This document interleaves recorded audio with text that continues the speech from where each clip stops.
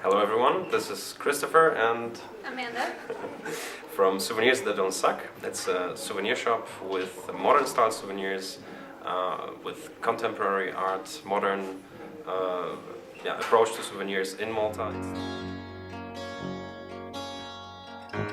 In 2015, we came from Berlin down to Malta, and we're both expats here, and started the business just as a way to combine our backgrounds. My background is graphic design And business development with a focus on purchasing. So we thought this kind of business just lent itself to combining all the things that we loved and were good at.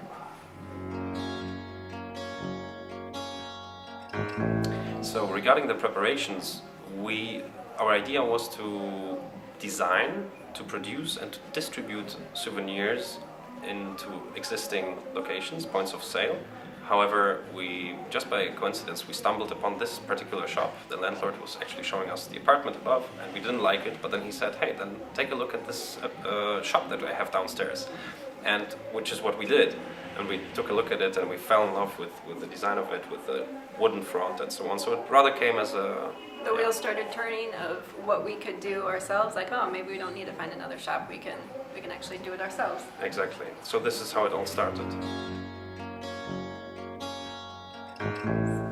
Yeah, one of the objections that we had was also, can we run a business in a foreign country without, knowing it really, because we started operating 2 months after we came to Malta, so that was a big question mark in our head.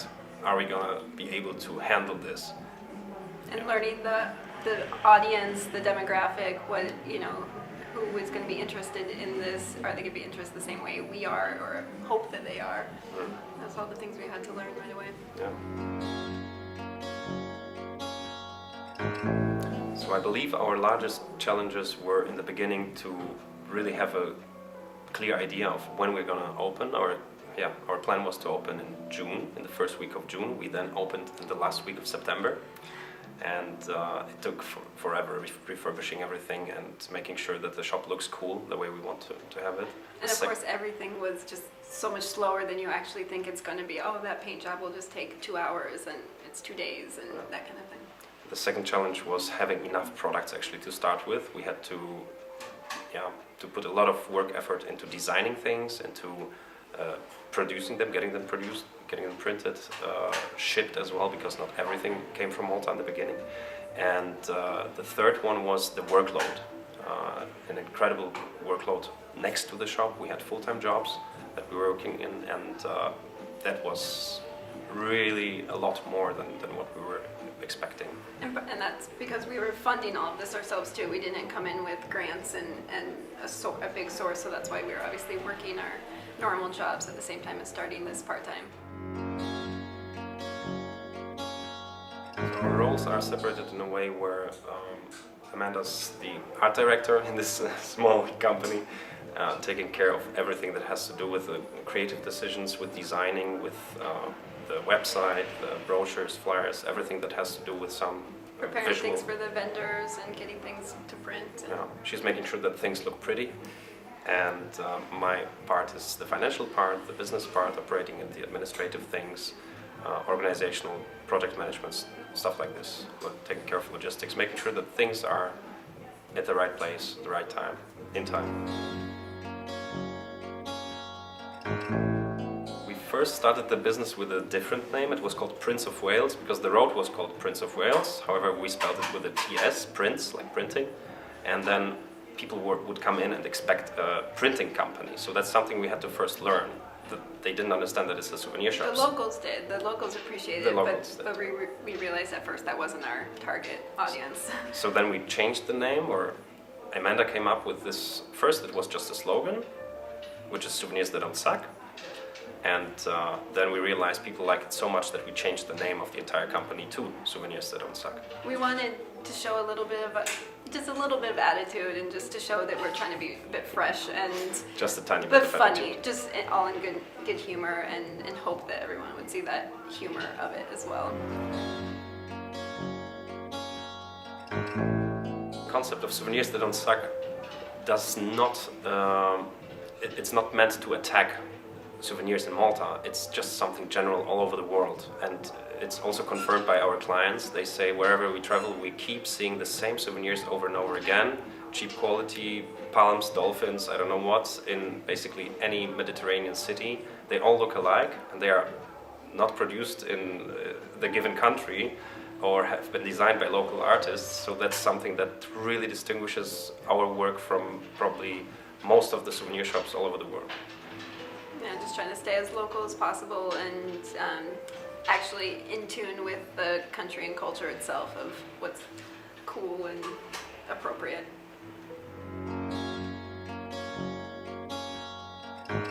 So the first year was super difficult for us, and I believe we did not reach the goals that we were setting, and we were about to close 4 or 5, maybe 6 times because we didn't know how to pay the next month's bills. But we kept reinvesting because we believed in the business, and the second year was at least breaking even. Now we're in the third year and we're satisfied with the way it works. It was worth it, definitely. And we can see the growth each year too, so that helped, get inspiration for the next, okay, it is improving. We're not where we want yet, but okay, now it's getting better.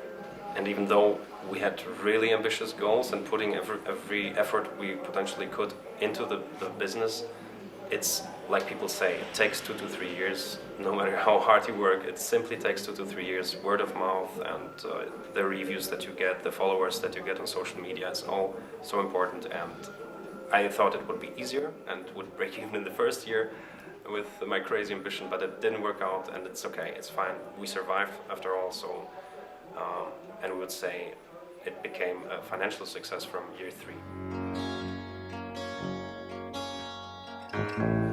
We realized pretty early on we wanted to, we had the opportunity to expand upon our business and not just have a shop of souvenirs. And it actually came to us where people started walking in and saying, can you help print with this? Can you help my company with this? I like your designs, your ideas, your concepts. And it led to us going into merchandising as well. And this became an important supplement with the business too, where we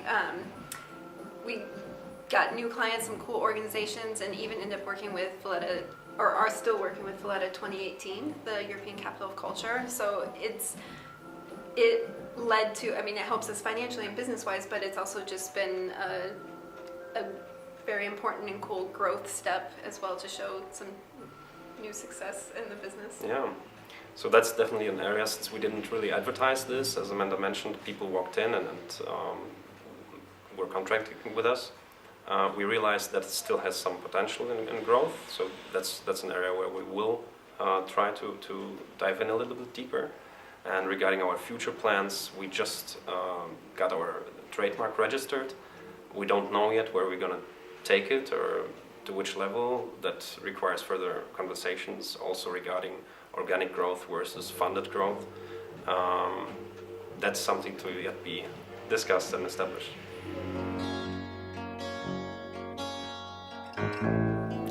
My greatest tips that I can give is definitely, and it shouldn't come as a surprise, to work as hard as one can, to not underestimate it, to not pay out a lot of money in the first year, not to expect to kind of deserve it.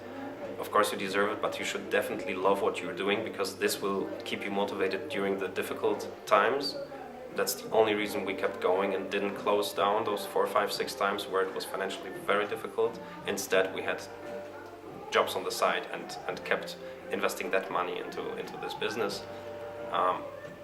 The second, not less important tip that I can give is to focus early enough on marketing and never ever save money on marketing. Always make sure that people see you from very early stages. It's a mistake that we have made because we were focusing on refurbishing, on designing, on making sure that the shop looks good, and didn't have enough time to put our efforts into marketing. Very important aspect. Without marketing, there will be no sales. Without sales, you will not be successful.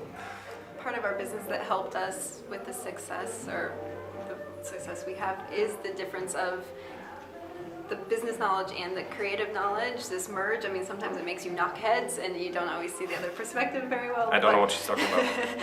But I think it really gives a good balance to one person seeing something and the other does. And you know, if you have two creatives, you can have the most beautiful shop in the world and not run it well. And then if you have two business Vice people, versa. you might not like hit the audience the correct way.